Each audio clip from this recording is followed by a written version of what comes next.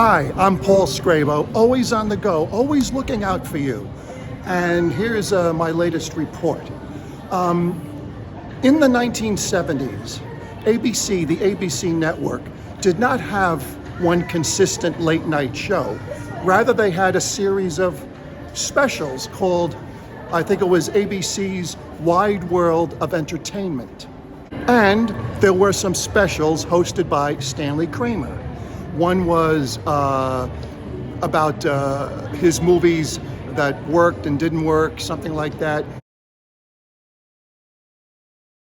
And of course, Stanley Kramer's reunion with the comedy film stars.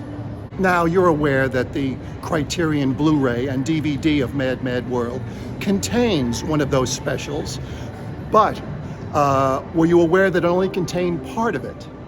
That's right, there's actually more of that special. The rest of the special has Stanley Kramer putting Buddy Hackett, Sid Caesar, and Jonathan Winters to the test of dramatic performances, based on Stanley Kramer's own dramatic films, The Caine Mutiny, Cyrano de Bergerac, and Death of a Salesman. This special only aired once, but I recorded it on audio cassette. Now, while recording, I realized that I only had one cassette tape and I was fastly approaching the end of the cassette tape, so I was just getting bits and pieces. I was starting and stopping, just getting highlights. So I just got a few seconds here, a few seconds there. I got a little bit of the performances, a little bit of the film clips, but it's something. So allow me to play what I have of the audio right now. And please forgive me for some of the audio hum. I tried to fix it as best as possible. But this is kind of rare, so I hope some Mad Mad fans will get a kick out of it.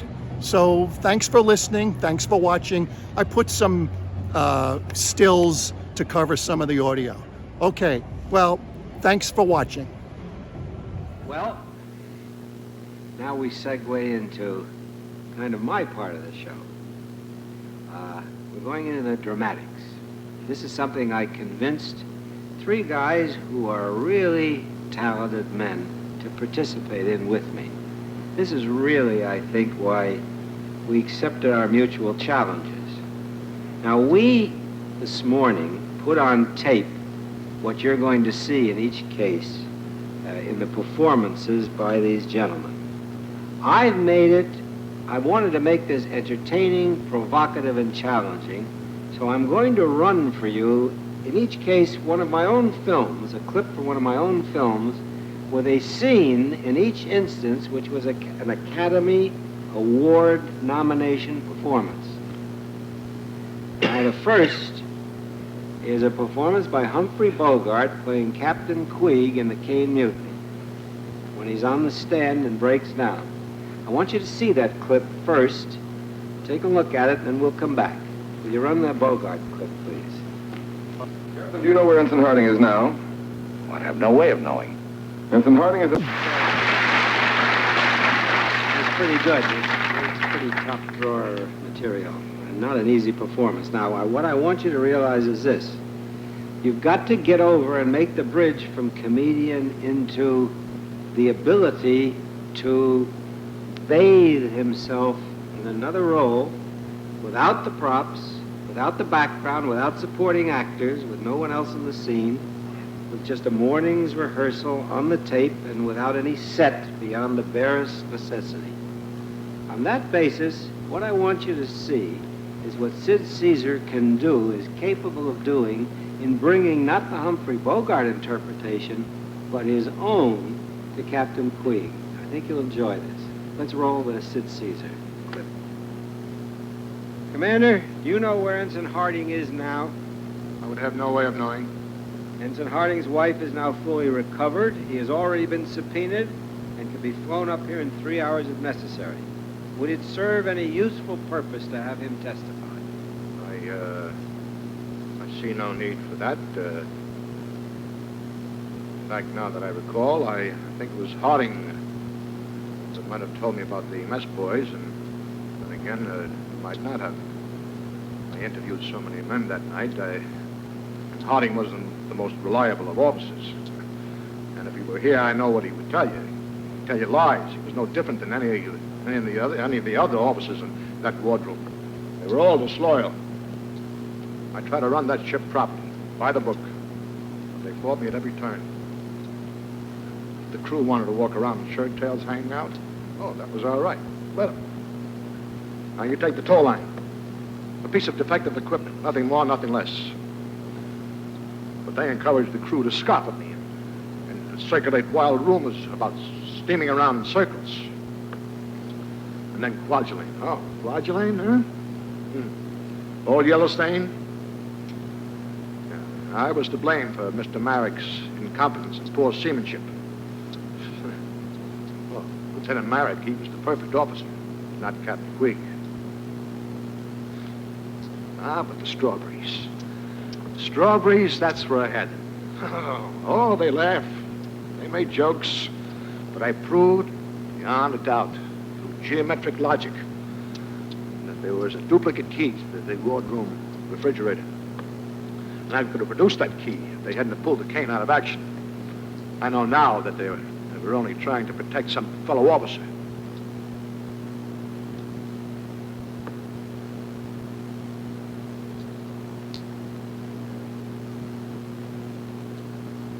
Naturally, I can only recall these things roughly through memory. If I've left anything out, well, you just ask me specific questions and I'll tackle them one by one.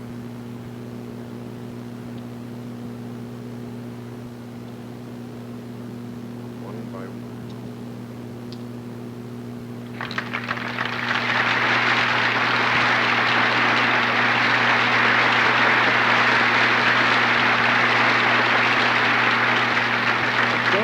That's put me up against some very big stuff. Well, everybody that's the way to go up against it. But look, that's a morning, and I'll tell you, the big thing is, if you can believe it. I believe that, and I think that that's important. I think it's the most important thing. I didn't write the book on acting, but I worked with some great actors, whether it be Poitier or Tracy or Oscar Werner, who I thought was a great actor, and Lancaster, Douglas, a lot of them. And let me not forget George Scott. But really, if you can believe what the man is saying, what he's trying to do, I think you're three-quarters of the way home. Well, it's the same thing in comedy. You have to believe in what you're saying. I mean, you have to believe. Well, that I've come to learn. Huh? I left out Anthony Quinn. Well, I left out a lot by omission. I have worked with quite a number, and I think that that's true. These people who are the great... Tracy was so simple in what he did. No, you couldn't notice what he was doing, really, simply because he was trying desperately and trained himself desperately to really be and understand and transplant the idea from what it was over there through him to what it had to be over here, and just be that conductor. And as that conductor, he was magnificent. And I think, Sid, look, you know what I've often thought about you guys, and I'm not going way off it, and certainly not from this. You fellas don't know, and I don't know why it is. Is it because comedy has a certain attack to it? But you know, all of you guys make terrific heavies. You know that? I mean, really, there's a thing about it. Probably. You don't feel that, do you? No, Huh? I do feel You're that. a mean man, John, and I tell you, you'd make a heavy. The only time you're mean, Stanley, is when you're out of work. Is that what it is? Because a mean man is a hungry man. All right. We tried number one. We'll go to a commercial and come back for performance number 2.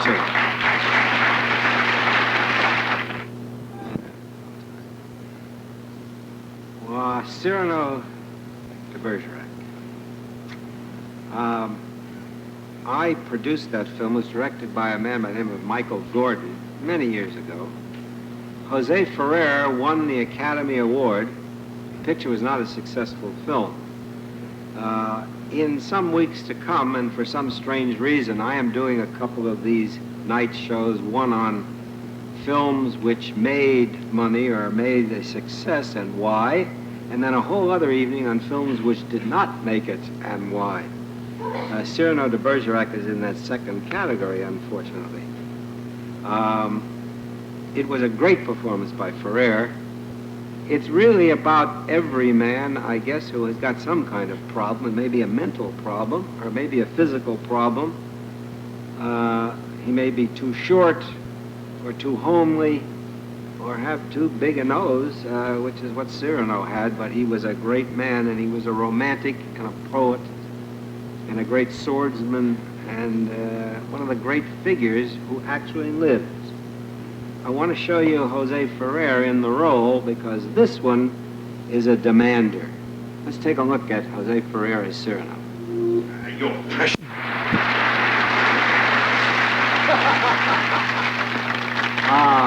Well, if someone were to come up to you and say, well, now, will Buddy Hackett try that? The answer would be yes, because Buddy Hackett will try really mostly everything.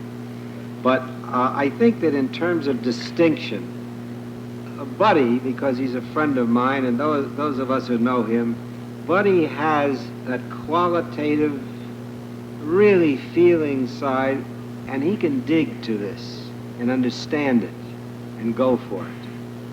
And that's why I asked him to do this. I think it's a very difficult job. He does it without nose, without scenery, because it is every man in certain categories. I want you to take a look at it, then we'll come back and talk about it. Buddy Hackett. What would you have me do? Seek for the patronage of some great man and like a creeping vine on a tall tree crawl upward where I cannot stand alone? No, thank you. Be a buffoon in a vile hope of teasing out a smile on some cold face? No, thank you. Eat a toad for breakfast every morning. Make my knees callous. Cultivate a supple spine.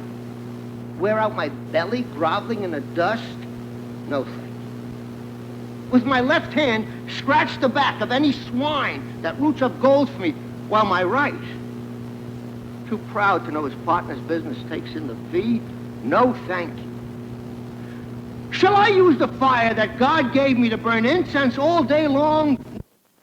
Well, he had so many friends that they just phoned in their orders automatically to him. And it took me a long time, to at least till 18 or 19, to realize, well, it's great to have friends, but really, that's just a crock of nonsense and a bad sense of values. Because as soon as you take a position on something in which you really believe, and you take that position and state it, half the friends drop away and they become enemies. And therefore, that isn't the least common denominator. The common denominator really is you have to stand for something first. And if you've got friends secondary, that's magnificent and wonderful. Now, in the film, I'm not so sure that we did the right thing. There was a tremendous cause célèbre about it. Lee J. Cobb played it in the theater. It was a part written for him. When we did the film, for whatever reason, I can't explain it now, it's many years later, I was a boy producer and very arrogant, and I cast Frederick March, one of America's greatest actors, in that role. Somehow, I don't think it worked as well as Cobb, though I think certainly March is as great or greater an actor than Cobb. I don't know why, but it didn't. The film never made it to the same degree which the play did qualitatively.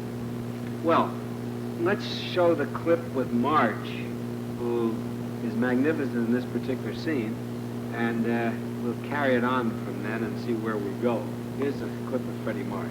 All I need to set my table, $50 a week.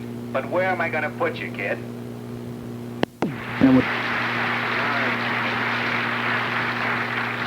Turning point in a whole generation. I mean, my generation. I can't, that goes back a way. Sorry, Jonathan. Ladies and gentlemen, I'd like you to see Mr. Jonathan Winters now. We did this morning. Yeah, it's pretty high standard material there.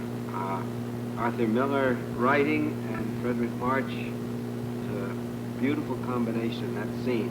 But I think John made his own approach. He didn't even bother with the clip. Let's look at it. Jonathan Winters. business, kid. Everybody's got to pull his own weight. You got to admit, business is business. Business is definitely business. I didn't become a salesman just for no reason. And it just wasn't for the money either.